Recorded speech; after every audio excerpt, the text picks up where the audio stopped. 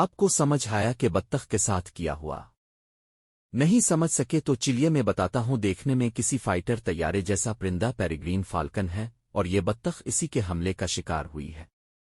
ہوا میں شکار کرنا ہو تو اس کا کوئی ثانی نہیں، رفتار اور تکنیک دونوں میں کمال رکھتا ہے۔ پیریگرین فالکن جانوروں کی بادشاہی کا سب سے تیز رکن ہے، جو اپنی شکار کی خصوصیت غوطہ خوری کے دوران دل کو روکنے والی رفتار 390 کلومیٹر تک پہنچ جاتا ہے، جسے اسٹوپ کے نام سے جانا جاتا ہے۔ یہ انٹارکٹیکا کے علاوہ ہر براعظم پر پائے جا سکتے ہیں۔ بالغ پیریگرین فالکنز کا جنگل میں کوئی قدرتی شکاری نہیں ہوتا ہے۔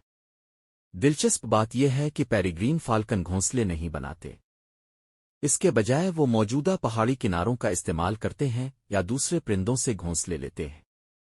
ان کا شکار کرنے کا انداز قابل دید ہے، وہ اپنی ناقابل یقین رفتار اور چستی کا استعمال کرتے ہوئے ہوا کے وسط میں شکار کو پکڑ لیتے ہیں۔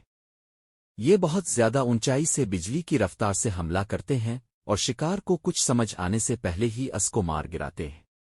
اس کی بینائی غیر معمولی طور پر مضبوط ہے، انسانوں سے 4 سے 8 گنا زیادہ مضبوط ہے، جس کی وجہ سے وہ 1 میل دور سے شکار کو دیکھ سکتے ہیں۔ کیڑے مار زہر اور دیگر انسانی مداخلت کی وجہ سے ان کی آبادی میں شدید کمی کا سامنا کرنے کے بعد تحفظ کی کوششوں نے دنیا بھر میں پیریگرین فالکن کی آبادی کو بحال کرنے میں مدد کی ہے۔ پیریگرین فالکن کا ہزاروں سالوں سے انسانوں کی طرف سے احترام کیا جاتا ہے، قدیم مصری اور یونانی اساطیر میں نمایاں ہے۔